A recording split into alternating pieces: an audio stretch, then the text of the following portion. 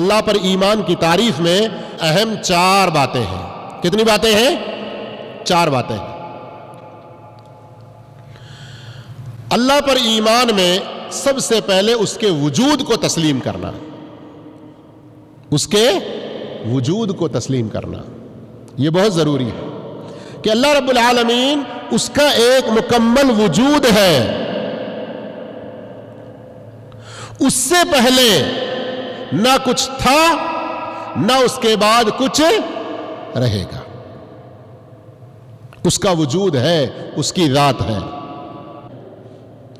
Number 2، اس میں اللہ تعالی کی ربوبیت پر عام طور پر آپ لوگ جانتے ہیں، کئی مرتبہ پڑھ چکے ہوں گے، ہم اللہ کو ایک مانیں یعنی اللہ کی توحید کو تسلیم کریں تو اس میں اس کی کتنی قسمیں ہیں؟ 3 قسمیں کر کے پڑھے ہیں، ہے نا؟ توحید کی 3 قسمیں، کیا کیا؟ ربوبیت، الوہیت، اسماء و صفات۔ اب یہاں وہی بات ہے لیکن تھوڑا اس سے اونچا، ہم کہہ رہے ہیں اللہ پر ایمان میں 4 باتیں ہیں۔ پہلی بات کیا ہے؟ اللہ کی ذات، کہ اس کی ایک ذات، اس کا ایک وجود ہے۔ پھر اس کے بعد یہی 3 باتیں، ربوبیت کو تسلیم کرنا۔ کیا مطلب اس کا؟ کہ اللہ رب العالمین پیدا کرنے میں، روزی دینے میں اور اس پوری کائنات کا انتظام چلانے میں تنہا ہے، منفرد، اکیلا ہے، کوئی اس کا شریک نہیں ہے۔ تیسری بات، اس کے اسماء و صفات پر ایمان لانا۔ کیا مطلب اس کا؟ اس کے اچھے اچھے نام ہیں اور اس کی عمدہ صفتیں ہیں، ان ناموں کو، ان صفات کو ویسے ہی تسلیم کرنا اور ماننا جیسے اللہ نے اپنے لیے، اللہ کے رسول نے اللہ کے لیے بتائی ہیں، بغیر کسی 4 چیزیں اس سے پہلے کئی بار پڑھ چکے ہیں، بغیر کسی تحریف کے، بغیر کسی تعطیل کے، بغیر کسی تمثیل کے، بغیر کسی تکییف کے۔ کیا مطلب؟ تحریف کا مطلب ہوتا ہے اس کے معنی میں کسی طرح کا کوئی رد و بدل نہیں کرنا۔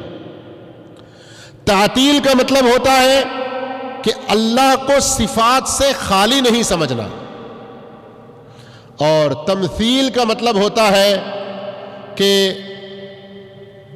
کوئی مثال اس کی نہیں دینا کہ اس طرح سے، جیسے بعض لوگ، نعوذ باللہ استغفر اللہ، ہماری کم عقلی کے لیے یہ بات میں سمجھانے کے لیے بتا رہا ہوں، جیسے کچھ لوگ تقریر کرتے کرتے جوش میں اللہ 7 آسمانوں کو لپیٹ لیتا ہے، زمین کو مٹھی میں لیتا ہے، ہم اس طرح سے تمثیل، اس کی مثال پیش نہ کریں۔ کیفیت، اللہ رب العالمین کی ذات کے بارے میں یا اس کی صفتوں کے بارے میں کسی طرح کی کوئی شکل، کوئی کیفیت ہم دینے کی کوشش بھی نہ کریں۔ اس طرح سے ہم اللہ کی صفات کو، اس کے ناموں کو ماننا ہے۔ اور چوتھی چیز، جب اللہ کے وجود کو تسلیم کریں اور یہ مانیں کہ وہی پیدا کرنے والا، روزی دینے والا، ساری کائنات کا انتظام کرنے والا ہے، اور مانیں کہ اس کے اچھے نام اور اچھی صفتیں ہیں، تو پھر عبادت بھی صرف اسی کی کرنی چاہیے، اس کے سوا کسی کی عبادت نہیں کرنا چاہیے۔ اس کے سوا جس کسی کی عبادت کی جائے گی وہ عبادت باطل ہوگی۔